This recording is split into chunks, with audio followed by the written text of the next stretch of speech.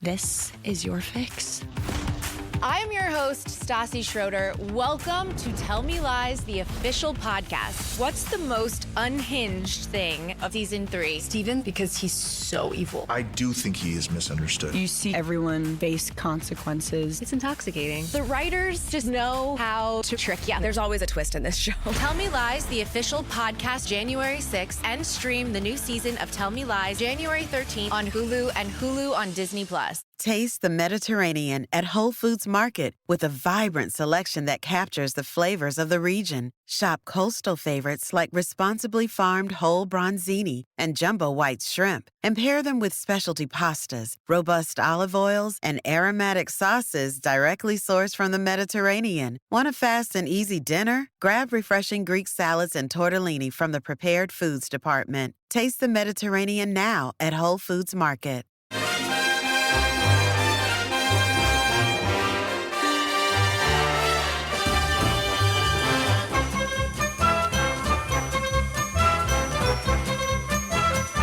Hello everyone, I'm Chris Wynn and welcome to How We're the podcast. And after I said in the preview that lessons could be learned from our last outing in the 5th round of the FA Cup back in 2015 when we were beaten by Parky's League 1 Bradford City, history has repeated itself and Sunderland have just exited the Cup in the last 16 to a side rooted to the bottom of the table in League 1. And it has to be said, to be fair, that I've forgotten who we're playing now. Who were we playing? Port Vale, that's who we're playing. See, I'm trying to forget the game already. To be fair, they did deserve their place in the quarterfinal because Sunderland huffed and puffed but offered nothing in terms of quality or even really desire to win the game. But as much as we probably like to leave it there, I have a couple of lads with me who want to get a bit off their chest, no doubt. And first up, we have Brett with us. Hello, Brett. To be fair, mate, I wish I was anywhere else but here right now. When you said, "Are you ready?" and I said, "I don't want to," I actually meant that. I really didn't want to do this.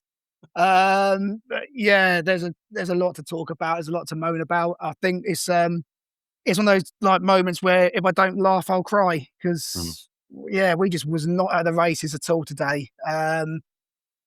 Fair play to any Sunderland fans who are actually going to listen to this as well, because I don't think I'd want to.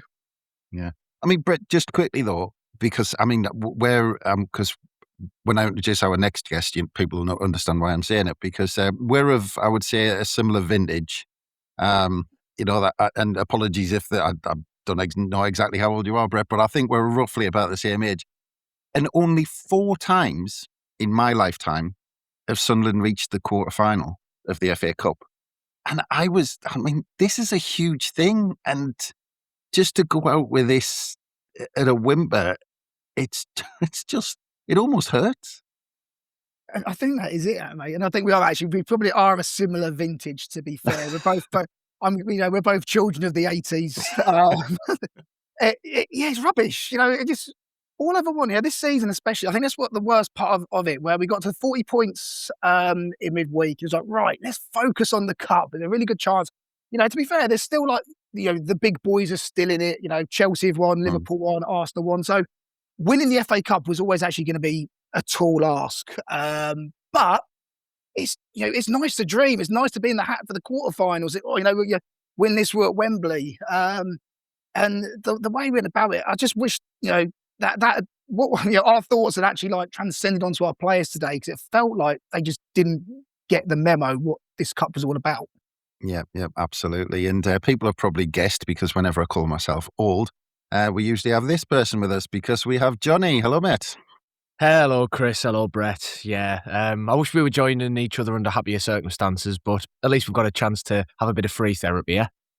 Well, yeah, that's it. Well, it's funny because a lot of people in the chat have been saying, well, I'm just switching off from football for the rest of the weekend and we have to come in and here and go through it all.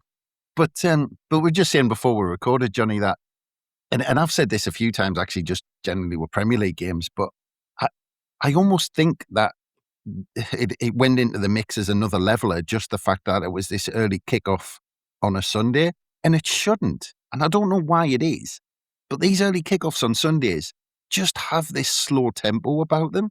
And I don't know about it, if it's kind of players preparing for games. I don't know whether it's just fans, because we haven't had enough time to have a few drinks or whatever it is, but it's just got this weird feeling about it, which then kind of translated into the game, didn't it? Yeah, I suppose there is like a bit of just a feeling that things haven't got going yet by that point in the day, in the weekend, if you know what I mean. Like when it gets to 3 o'clock on a Saturday or later than that, you're like, right, this is football time, here we go. Whereas 1:30 on a Sunday, it's the worst. And that is, by the way, it is like the worst slot because it's early enough in the day that you can't do anything before the game, but it's not early enough that you can just wake up and watch the match. You've still got that annoying amount of the morning. And can you tell how much I'm sort of delaying having to actually talk about the way that the game went? Just talk about the time. But as much as I'd like to ascribe that as some sort of excuse for the players, I don't think that was the reason that we came out with such a lack of intensity. It's an interesting one to look for trends and stuff, and makes a good debate with your mates down the pub about general football stuff. But for us today, I think if we're starting to talk about kick-off times and atmospheres, then we need to be looking inwards because it is a League One team at the end of the day. Yeah. Well, to be fair, I did have the thought yesterday when I was watching the Arsenal-Mansfield game, because Mansfield had a right go at Arsenal. Arsenal were awful, and Arsenal got away with it because they brought on Eze, who just picked the ball up and smashed the ball into the back of the net because he got bored. But yeah, I mean, look, let's get into the team, Brett, because 2 enforced changes. Hume and Siddiqui came out because they were suspended. Talby and Rigg came in. I think we were probably expecting that. There was not too many options on the bench. I know Gav was talking big in the preview about, that if Jacques is fit, he should be in. He wasn't in the team. And I think, obviously, Regis Lebris thought, well, we could get through in this game and give Xhaka a little bit of a rest while we do it. Yeah, I can only assume he's not 100%. He was on the bench. The fact that he came on so late in the game, I think like Reggie didn't want to risk him at all, if possible. I wasn't overly surprised that he hasn't. I think we might almost be like keeping quiet. The state of him fitness wise at the moment. Obviously, he came off the bench the other day against Leeds. Pretty late as well. The first 11 today, I wasn't unhappy with it. I don't think there was much else we could have done. I know couldn't quite work out how if we were going to go for like 3 at the back or a 4 with a 9 going to left back before the game started. I don't think he knew where he needed to be for the first half hour anyway during that game. I think we put out probably the best team possible. And looking at the subs bench, there was no, and then who actually came on as well during that game. We only made 2 subs in that game. So it shows to me that we didn't have a strong bench to actually play in the first place. Yeah, absolutely. And it was like that. It as Brett said, Johnny, the team almost picked itself in that sense. When you look at the bench, there's only really that question about Xhaka that came in. But when you look at the way we set up, Lafayette was really deep playing almost alongside Diarra. And with the midfield being, almost a place, I think Lebris almost thought, well, the ball just isn't going to be in that midfield. Port Vale aren't going to have the ball in that midfield. Do we really need anyone to tackle in there? So I'll get some kind of technical players to get on the ball and produce stuff for us. And it just never happened. Well, we put technical players in the middle of the pitch and then spent the whole game going wide. So that was an absolutely genius move, first of all. Hats off to all involved in that one. I agree with you. I think that was probably the logic behind the decision. And in some ways it was vindicated because the game was not a display of midfield control from either side. And, it wasn't the kind of game where you short passing and you one-touch football is going to get you out of trouble, which is another thing that we could have done with learning a bit earlier than we did. And to be honest, I think that was kind of the story of the game for me, really. We were naive and we were slow, or not even just slow, but just didn't adapt to things. We should have seen earlier in the game that certain things weren't working. We were trying high balls, which were being swept up comfortably all day long by either the keeper or the centre-halves. Mayenda was winning absolutely nothing when the ball went up to him and it wasn't sticking, but we kept with that strategy for most of the game. We kept trying to play with the ball short at the back, but that wasn't working. And it all comes back to this way that we started the game off, I think, and we just totally misjudged the way that the game was going to pan out, and possibly slightly because of the fact that, and it is fair to point out that we had half a team, really, a lot of players out and nothing on the bench, so it was always going to be difficult to change things halfway through. But we just got it so wrong from the beginning that we were playing catch up immediately, and I don't think we ever got there, did we?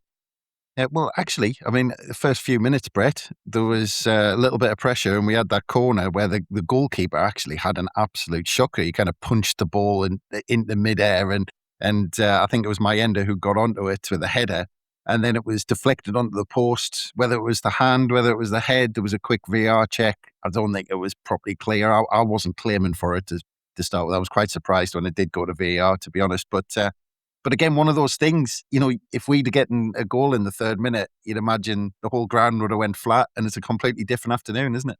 Oh, absolutely. It would have actually changed everything. Unfortunately, it didn't, because that would seem to be our only shot for the next 40 or so minutes. So it was, but look, I don't think you can take anything away from Port Vale today. Actually, fair play to them, because yes, it was a crap pitch. We couldn't, we've never got to grips of any of the game today. There wasn't, I mean, from my eyes, we're just slow, pedestrian. Like I say, those balls, that one moment, to be fair, if that actually, was, that had gone in and that was it for the first half, I don't think we even deserve to be like a goal up anyway. If we didn't have another shot after that, because they just wanted it more from us today. That for me, that is the be all and end all. They were well up for this, and for some reason, and it surprised me, having players like Luke O'Nien in the team, you'd think that they'd be absolutely having everyone fired up from the very first whistle. But even he didn't seem up for it today. So he just seemed too happy to be smiling at the not scared the Port Vale fans. So every time we went to go take a throw on, so it was I don't know what that was all about either.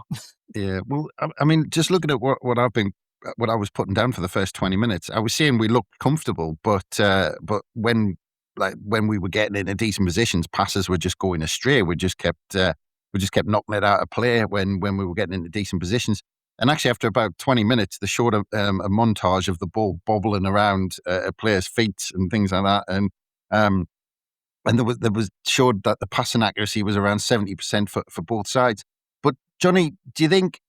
And unfortunately, I'm going to reference Robbie Savage here on the commentaries, but we did just insist on passing it around at the back, and you could see the ball bouncing up and bobbling up, and there was a couple of times when we did ping the ball over the top, and we won a corner, or Diarra went clean through, and you thought, well, actually, that ball over the top, we've got the pace to get in behind, but we just insisted on keeping the ball between the back four.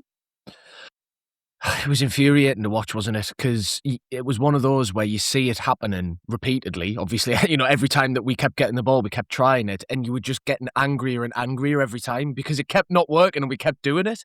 And, after a while, you start sitting there thinking, like, I'm an idiot sat on my sofa in my living room, hundreds of miles away or whatever, and I can see it. How can the professional Premier League footballers and the professional managers not see this? And if Robbie Savage can see it. If Robbie Savage can see it, then a blind man could see it. So, Robbie Savage is right. That's the problem. Yeah, I think it's one of the harbingers of the apocalypse, actually. So we'd all best start getting prepared. But yeah, no, it was again a sign of our rigidity today, which is not usually something that I would associate us with. You would tend to say that Labris has got a good ability to change things, particularly half time in games. How many times do we say he spends the first half working somebody out, and then in the second half, or into the second half, maybe 60 minutes, he'll change things. But yeah, we fell into a lot of traps over and over and over again today, which that was one of the most frustrating aspects of it for me, because I can forgive things not coming off. I can forgive missing chances. I can forgive, individual moments that cost you, but repeated patterns of doing just what is obviously the wrong thing time and again is unforgivable, really. And it wasn't just that we were trying to knock it around at the back. It was, you mentioned there correctly, that the few times that we looked dangerous was when the ball ever tried to get in behind. Even when they weren't coming off, there was one moment where I think Angulo tries to slip Mayenda through and we win a corner off it. Now, okay, it's not been a one-on-one and we've not scored, but we've got a set piece now. We've got up the pitch. We're attacking, the pressure's on. try that more.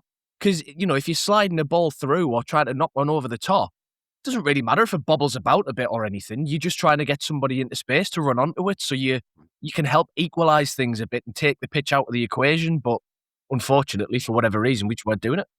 Yeah, and that's a perfect segue into what happened in around 25 minutes, because this passing it around at the back went out to Luke O'Nien, and he kind of started shaping it up, Brett, to knock it down the line or to pass it inside or something.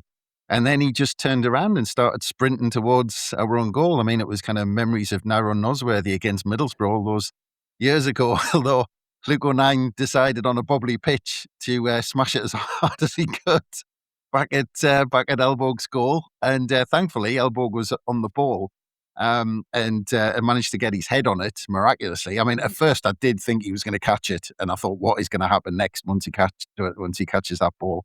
But yeah, he didn't. He headed over the bar. But that whole thing came out of this kind of ponderous, kind of passing it around at the back and not really having any impetus to get it forward. And then, they talked about the reaction to it at half time on the commentary. Kevin Phillips was big on it, just saying that Elborg was laughing, O'Nien was chuckling, and it kind of summed the day up, didn't it? Yeah. So we all love, let's be honest, we all love Luke O'Nien. However, we all know Luke O'Nien has these massive brain farts that happen, these little funny moments that, like we literally had it the other day against Leeds when he kicked the ball at the other ball and he got a yellow card, but, didn't get sent off. We won the game and we can all laugh about it. So it's great. And, he's piggybacking on someone or he's kissing Norwich players. All these little moments he has, and if you get away with it, it's really funny. And a day like today, you don't get away with it. Your keeper's scrambling, heads it over. They don't get 3 corners in a row, and we get knocked out of the FA Cup. So, yeah, today it's really, really annoying that's happened like that. And it's one of those moments. I say to my kids when they both play football that I've got 2 girls, 11 and 13. I say about your decision making. In those moments, you knock it out from if worst case, for a corner, or you knock out, if you can knock out for throw in, or you can get out the pitch, don't boot it to your keeper from like 30 odd yards, sky high. He may have bobbled up before he got to it and he launched it. It was just crap. It was such a crap thing to do. And in hindsight, actually, Elborg might have actually been better off catching it, give away that free kick, and then hopefully we get the ball away. But we'll never ever know. So, but yeah, laugh it up, lads, because. From there on in, it then literally cost us that goal because that was like 3 corners that we couldn't deal with. Yeah. Well, I'll bring you in on it, Johnny, because not only obviously the 09 incident, but then the corner. And the corner was, it followed that pattern because the ball came in and it was bouncing around the area. And you looked at the replay and I kept watching the replay and I was waiting for a Sunderland player to move even on the replay. And all the Port Vale players were challenging and moving around. And all the blue Sunderland shirts were just standing still watching to see what was going to happen next. And inevitably, they scored. Well, I wasn't surprised at all to see the Sunderland players stood around watching it because the whole team seemed to have caught some sort of plague where anytime the ball rises above head height, whoever's under it just stops, stands and looks upwards and doesn't move. And that's all they seem to do all game. So, by that point in the match, I was just like, oh, yeah, well, that's how we're defending now. So it was like they were pointing at the moon. yeah, exactly. They're all just taking up stargazing as a hobby, I think, in the past week. And they're just trying to get some practice in. But, joking aside, it was just terrible defending. And to be honest, actually, that is possibly the most concerning part of the whole thing. Because I thought Brett's description just before was very concise and correct. You make a stupid decision, you give away a corner, and a couple of minutes later, you're out the cup. Those are the margins. And we've seen with set pieces in the Premier League recently as well, we've been on a pretty poor run of defending dead balls. And you can excuse it a bit in the Premier League, I think, because obviously set pieces have become such a massive talking point and a huge weapon for basically every team this season anyway. So it sort of comes with the territory. But when you're then defending that poorly against a team who are rock bottom of League One, as much as they were up for the occasion and everything, quality-wise, they are not a good team. And yet we've made them look better than they are by, as you said, Chris, stood watching the ball, not moving towards it. I think when they were analysing it, there there was 3 separate touches that a Port Vale player got to the ball first ahead of a Sunderland player before it goes in. You know, the initial contact, the second ball which flicks it forwards, and then flicks it up in the air, and then the third touch is obviously the header which goes in.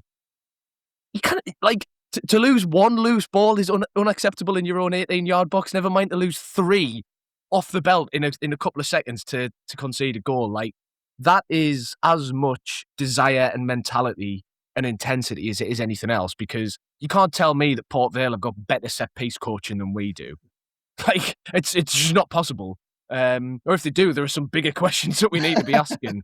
So, yeah, it was really, really poor. And I thought the one slight positive I'll say is I thought Elbow was a little unlucky, because he does well to actually get like a little fingertip to the ball when it's going past him. And, you know, on another day, maybe just tips it onto the post or tips it wide, and we're, you know, wiping our brows and thinking, God, we got away with one there. But obviously today, not the case. Yeah. Well, before we get into how Sunderland valiantly fought back in the second half, I think it's time for a quick break. We'll be back very soon. This episode is brought to you by Indeed. Stop waiting around for the perfect candidate. Instead, use Indeed sponsored jobs to find the right people with the right skills fast. It's a simple way to make sure your listing is the first candidates see. According to Indeed data, sponsored jobs have 4 times more applicants than non-sponsored jobs. So go build your dream team today with Indeed. Get a $75 sponsored job credit at Indeed.com/podcast. Terms and conditions apply. The world moves fast. Your workday, even faster. Pitching products, drafting reports, analyzing data. Microsoft 365 Copilot is your AI assistant for work. Built into Word, Excel, PowerPoint, and other Microsoft 365 apps you use. Helping you quickly write, analyze, create, and summarize. So you can cut through clutter and clear a path to your best work. Learn more at Microsoft.com/M365 Copilot. Welcome back to How We're the podcast. And yeah, just after they took the lead, Brett, you know, Diarra did have a chance, played clean through almost, and he got a toe to it just before the keeper came out and ended up going wide. But I imagine the Briss was really desperate to get them in at half time and have words with them. But we've been seeing in the build up to this that almost this season, Sunderland have been playing like a cup side, where they fight for every ball. And if you look at the underlying stats, you know, we keep getting reminded that actually Sunderland should be in the bottom 3.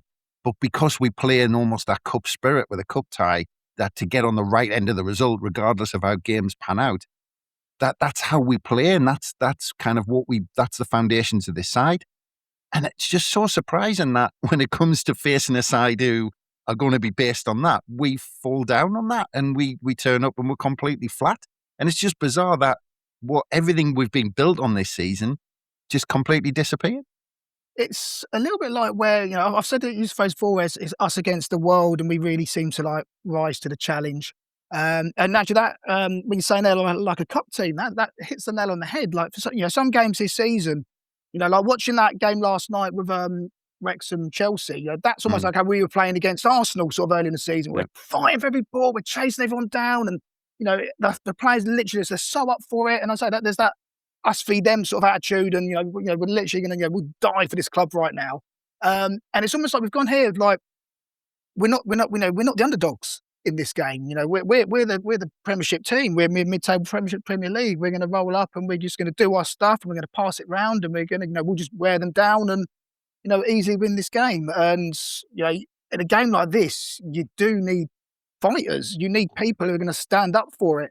And you kind of players going down and with a quick touch, rolling around, holding their teeth. They need to be getting back up and getting stuck in, because these are League One cloggers.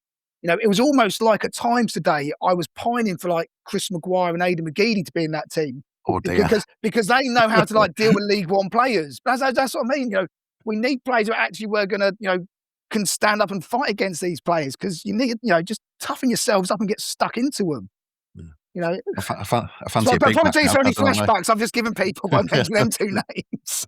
Yeah, I fancy a quarter pounder or something like that. But anyway, just getting into the start of that second half, like we said, Johnny, because just on the same theme there, I was expecting us to come out and say, right, well, come on, let's start again. the players, make sure you win those tackles, mate. Because we weren't in that first half. We were second every 50-50. They were winning every loose ball. They were winning. A couple of minutes into the second half, we did have a chance from a corner. Diarra looped the ball over the goalkeeper after he made another hash of it, but it was cleared off the line, and then we didn't really follow that up. For the next 15 minutes, though, nothing. And it's just so bizarre. But do you think you get it when you get into that position where you're so flat? It's just almost impossible to just click your fingers and turn it around and suddenly be the first to every ball and as a team. And you just think it was just too much of a job for Labris to turn that around at halftime. I don't think it's impossible, but I do think it's not 100% under your own control. So it is possible. We've seen it, haven't we? We've seen it happen both for us and against us.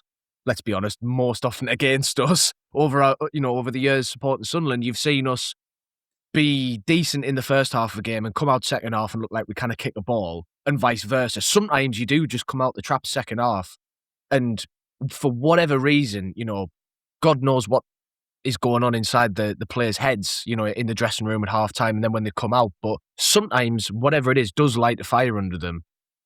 Today was definitely not the case. I think there was that shot that Talby had just after half time from outside the box that whizzed over, and that Diarra moment that you mentioned. And the Talby shot was like, that gave me a bit of optimism, because I thought, right, at least the players have maybe been told, like, okay, maybe things aren't happening for us in the build-up, and maybe we're not on it. But shoot, yeah, exactly, shoot, just do something, like make things happen. Hang on. Go on, Brett. I'm not saying it. I'm not in the mood. Like, don't shoot. Sorry, Johnny. Yeah, maybe we should have just not shot, and then you can't even have the disappointment of watching it not go in. But I thought that could have at least been a signal of a bit of intent. But you're right, Chris. Again, like it just fizzled absolutely nothing almost immediately. And you can forgive disjointed attacking play. You can forgive, a little bit of lethargy maybe because there was the odd moment, because we have got quality players, there was the odd moment where like Angulo would show a couple of touches or Lefay would do a little turn on somebody and you're like, oh, there's a pass about to open up here, we're just about to get in, and then the next pass never comes or it bobbles out of play or something. So constantly having the wind taken out your sails, it's obviously going to, it's going to take a toll on the players' mentality during the game. But that said, the lack of any attempts after Talby and Diarra to even drive a bit of impetus and a bit of fight in the game was very worrying, if we're being brutally honest, because one of the best things about this team has been the mentality, and to see it, what we just watched today, hopefully it's a one-off, because if that creeps in anymore, that's a concern. Well, I think your key point what you're saying there in those first 15 minutes was the throw-on by Luke O'Nien that literally drops into the 6-yard box, and not a single Sunderland player is near that. Yeah. That is the problem. It's we struggle to score goals as it is, but for no one to actually even just gamble on it, just get yourself there, be in front of the goalie for God's sake, just to put him off. And the second balls, every time the ball went in the box, how many times did a Port Vale win result in a looping ball that could have just so easily dropped to a Lefay or a Diarra or whoever, but there's nobody following in? And actually, on a similar theme, there was one just before half-time where Diarra down that right-hand side took about 3 players on, drove into the box, smashed it across the box. There's no Sunderland player anywhere near it, like, busting a gut to get in that 6-yard. Talby's on that left-hand side, or Chris Rigg, as Robbie Savage called him, tries to get into that. Like, he's nowhere near, like, it's like, surely he should know full well that ball's there. You need to take a gamble and get yourself at the edge of the 6-yard box. Just run to that sort of box at that part of the area, because that's where it's going to be going. Yeah. And sorry, we've been too nice about Robbie Savage as well. So let's just point out he was convinced Romain Mundle was playing in the first half as well. So let's all remember who we're dealing with here. But also, don't forget a bit where he admits where he actually cheats during games and has his keepers go down. Yeah, that was so good. I hope he was listening to that right there. He got within a millisecond of openly admitting it, and you could almost hear the cogs turning in his brain going, wait, no, don't admit that, make something up. That was great. Yeah. Well, to be fair, an injured Mundle might have actually had some impact on the game, to be honest. But But on the hour mark, Brett, I did think it was all over with about half an hour to go. I mean, I can't say I had a huge amount of hope, but I almost thought we'd get one chance at least to get it back into it. But on the hour mark, it all started with a Sunderland corner. Now, there's a lot to kind of pull apart here because at first on that corner, it looked like Ballard was pulled down right on the edge of the area. Which I thought they were going to take a look at that. And almost the commentator said, I'm sure they'll take a look at that. But when that happened, Port Vale broke, ball over the top, and Elborg he almost came out for it. Then he backpedaled, and then he decided to come for it again. But then he tackled for the ball. Now, if you look at the replay, I'm not convinced there was any contact on the actual player who went down. But then there was the whole yellow card, red card debate. It went to VAR. But potentially Elborg was a lucky boy. But I have to admit, I did agree with the decision. Oh, do you know what? I actually think if that happens the other way, we're all three of us sitting here saying that should be a red card. I was really surprised he didn't get. Once I looked at it again, when VAR looked at it, I thought the ref was going to get called over. I know he actually started coming over at one point to book their manager, but I genuinely thought that he's going for that. I thought he was really lucky because I don't think he would have kicked too far. He would have got a shot on target. I think he got a player near the box who was running back. It might have been Gertrude. I think he was heading back. I think he would have stopped any shot, but it is a goal scoring opportunity at that moment in time. So yeah, if the boot's on the other foot, I would be, and it knocked us out, I would be absolutely fuming about that. And that was the moment that we got done over. Johnny, I don't know if you had any debate because, I just thought he'd knocked it too far. And again, looking at the replay, I'm really not sure he touched him. Well, I think even if he doesn't touch him, you're never getting away with sliding in that aggressively and not coming away with the ball. So I didn't have any complaints about being a foul whatsoever. I think it was definitely a foul. I'm really on the fence with it because I totally agree with Brett in the sense that if that was the other way around, I would currently still be doing me nutting if their keeper had got away with not getting sent off for it. Because how can it not be an obvious goal scoring opportunity when you've got the ball in the box and the keeper's on the ground 10 yards behind you? Like the angle was wide and his touch was heavy, which the way the law's written, I think we maybe did just get the right call just because the way that he takes the touch, it's moving away from goal. As you mentioned, the defender who's back, I think there's just enough there with the way the laws are to make it a yellow card. But it's one of those where you kind of need to take a step back and be like, well, what's the point of this law? And it's like, we don't want people just getting taken out when they're about to score goals, which is basically what happened. So it probably should be a red card, but I think just the referee probably did get it right. But I think if he'd given the red on the field, VAR wouldn't be overturning it and making him rescind the red. I do agree with that. If he flashes a red there, they don't call that back. It's the equivalent of an umpire's calling it. It's just whatever the ref given was going to be stuck with. Yeah. Well, I'm kind of glad it didn't happen because then almost we would have had half an excuse, which we didn't really deserve. But Brett, it was just about 20 odd minutes to go. The first change was made. Talby came off and Isidore came on. Did he? The game that I didn't realise he came on the pitch. Sorry. I saw he went down to 10 minutes. I thought that was the red card sort of thing. So I must have missed that. Well, this is the thing. Because, with the game going the way it did, he waited till about 20 minutes to go to change something. And the game was never going right. And even at half time, if he'd made a triple substitution, you would have shrugged your shoulders and went, yeah, fair enough. Yeah, but you've done something about it and you've changed things around. Yeah, it was so late to especially make one change in that game, in that moment in time. It didn't really make any sense at all to me. And again, it just was the only thing I can think of is that he didn't trust the bench. And those, you send them young players on the bench, we're going to come on in the hope that we were like 4-0 up and cruising, and then we can, give them a little couple of minutes here and there sort of thing. But yeah, it was just for that one sub. As I say, I don't think it's supported anything at all today. And I really like the good guy, actually. I'm not one of these, I know some people are sort of, a bit against him sort of thing. I actually really like him, and I think he's going for a really bad patch for us at the moment. And nothing would please me more to him scoring goals again. But yeah, he came on and he did very, very little for me today. Yeah. Well, just after the substitution, Johnny, we did get a bit of joy for a few minutes. We had a few corners. I think there was a corner where Ballard headed just over. I think it was tipped over. And then there was a minute later, Rigg cut back onto his left foot.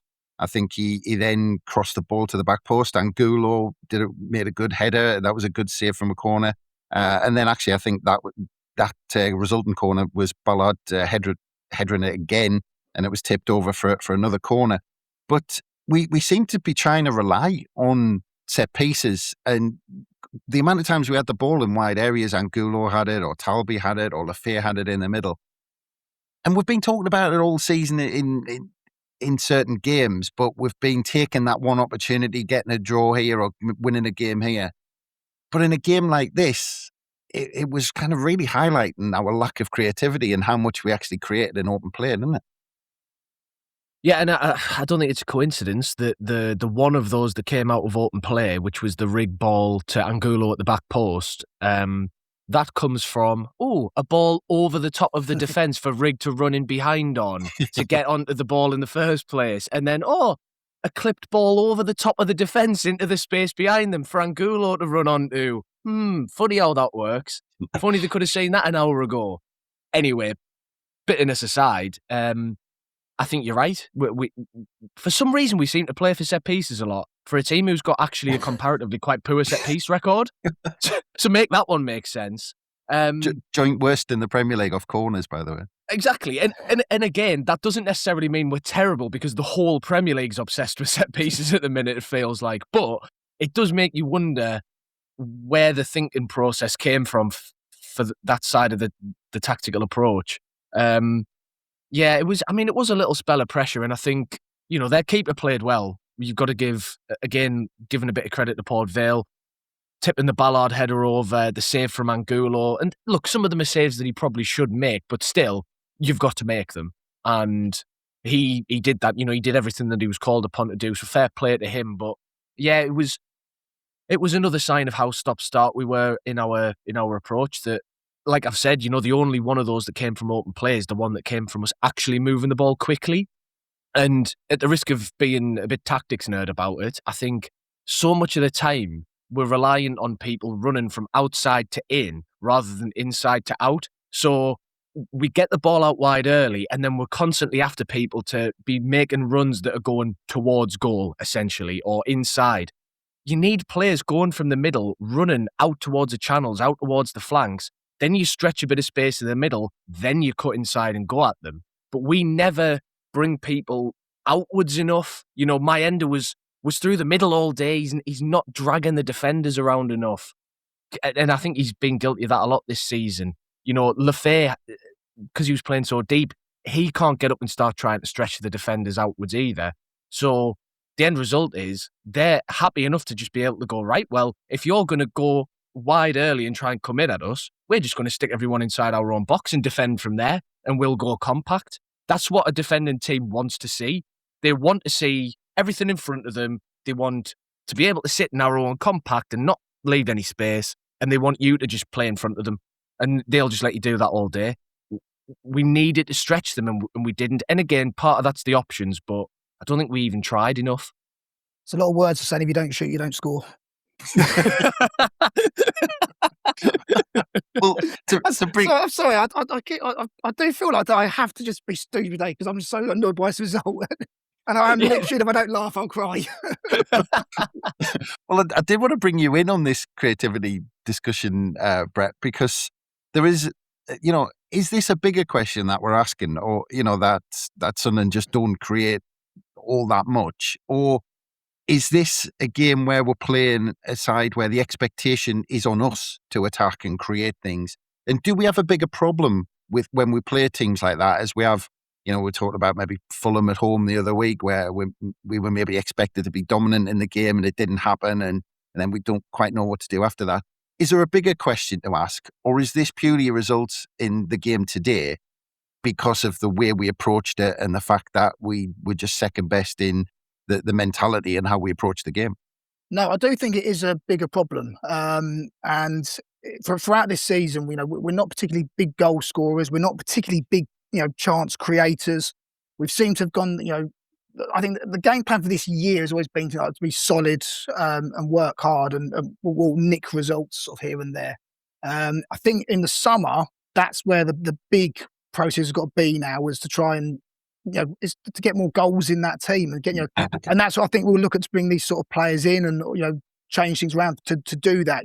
I think we've kind of, say stage one of the plan, or the couple year plan we had, was get to Premier League, be solid, be hard to beat, and then try and stay up. And obviously we've done that now. So in a game like today, where we're expected to be that team that's going to be on the front foot, that's going to be pushing, that's going to be creating chances, we kind of don't know what to do really. And I do think, again, I don't always like to pin it on him, but if you had Xhaka in the team pulling strings, it might have been a different story.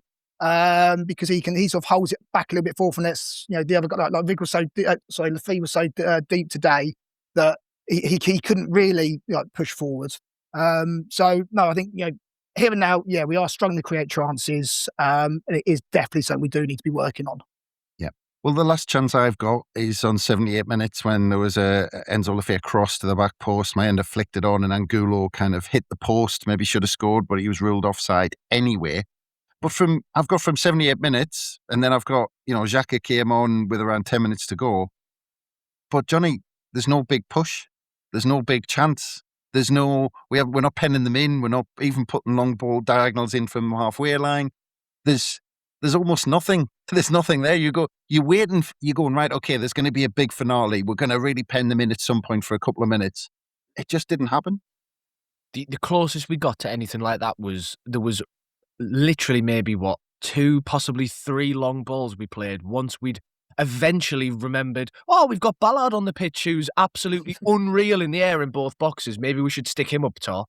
Once we'd, realised that was possible, we then did get the tiniest bit of joy when a couple of balls went up to him and he was able to win a flick on or two.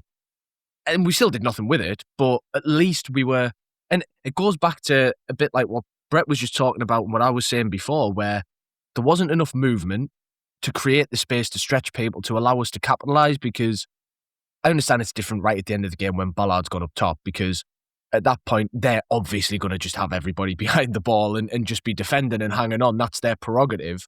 But Ballard was winning the flick-ons, and there'd be one player within 3 or 4 yards of him. You need 2 or 3 players up there near him when you're chasing the game, because he's there to cause chaos in theory, and part of that equation needs to be Sunderland players around him ready to pick the loose ball up, ready to capitalise on any space that we can create, and we weren't doing it. And there's a little bit of bad luck that you can point to where he wins a flick on and the ball bounces just behind Mayenda instead of just in front of him, or things like that. But you make your own luck as well, and we could have made our own luck there by being smarter about the way that we use the ball, actually trying to launch attacks late in the game with a bit of intensity.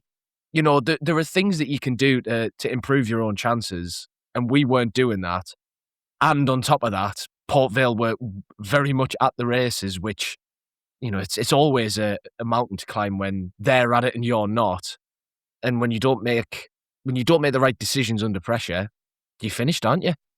Yeah. Well, actually, we should say this, Brett, because look, we're a Sunderland podcast, so we've been talking about how, things went wrong for Sunderland. But to be fair, Port Vale deserved it, and good luck to them. The way they set up against us, perfect game plan. Do you know what? 100%. Port Vale deserved that win. We can't moan about any decisions that went against us, or refs call. The refs calls. We got no ref to moan at or VAR to moan at. We just got outdone by a team that wanted it more today. So, 100% fair play to them. I hope they get a decent draw in the next round, and they deserve it. So, a nice plum tie, get some more money into them. Happy days for them. But I could have done without a Newcastle fan with a crap mustache scoring the goal, though. So. I was just going to say, good luck to all of them except Ben Waine. Ben Waine can fuck off. Well, if nothing else, today reminds us of how glad we are not to be in League One anymore, to be honest. But Glad yeah, all I mean- over. Glad all over, you could Yeah. say. I mean, just stick with you, Brett, for a minute, because look, this was the fun bit that was left almost, wasn't it? That the FA Cup was, we can keep this going, and we've got the 40 points. Where does this leave us now? Because look, we've got to remember, it's still been a fantastic season. We've got Brighton coming up at the weekend, and we are still only 4 points off Brentford in 7th place. And we haven't got to kind of lose sight of the fact that we're still in a fantastic place. We're on a fantastic season, and this was just one of those FA Cup days, and that's why we love the FA Cup. Yeah, and to be honest, in the back mind of it, there is a danger, and I really hope, like, from both the supporters and the players and so forth, that obviously we've got Newcastle coming up in 2 weeks' time, and a couple of more bad results, well, Brighton then there, and all of a sudden our season just falls apart, and we just literally, just end the season, ended up in about 16th place on 40 points, and it's just, everyone thinks, oh, it's a bit of a damp squib to the end of the season. So no, I think we need to keep pushing forward, sort of stick together, get a good result at the weekend, smash the Mags in a couple of weeks. Everyone's bouncing again, and then we can finish the season on a real high, because to be fair, we deserve it. We've outdone our first target. Our target was done on Tuesday, 40 points, tick. Do the double over the Mags, finish in the top 10, happy days. Just a shame we had a bad cup run. There you go. There's no better place to leave it than that, I reckon. So just leaves me to say thank you very much, gentlemen. Thank you for your time. Really appreciate it, as always, especially early on a Sunday. So I imagine you're looking forward to your roasts, lads. Yeah.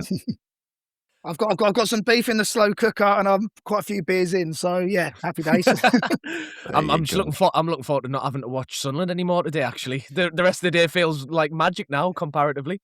That's it. We can switch off from football now. We're done with this. So brilliant. Thanks again, gents. And thank you again, everyone, for listening. Don't forget, we'll have loads more analysis on the Roker Report website if you want it. And of course, we'll have pods every day this week, as always. So look out for all of that.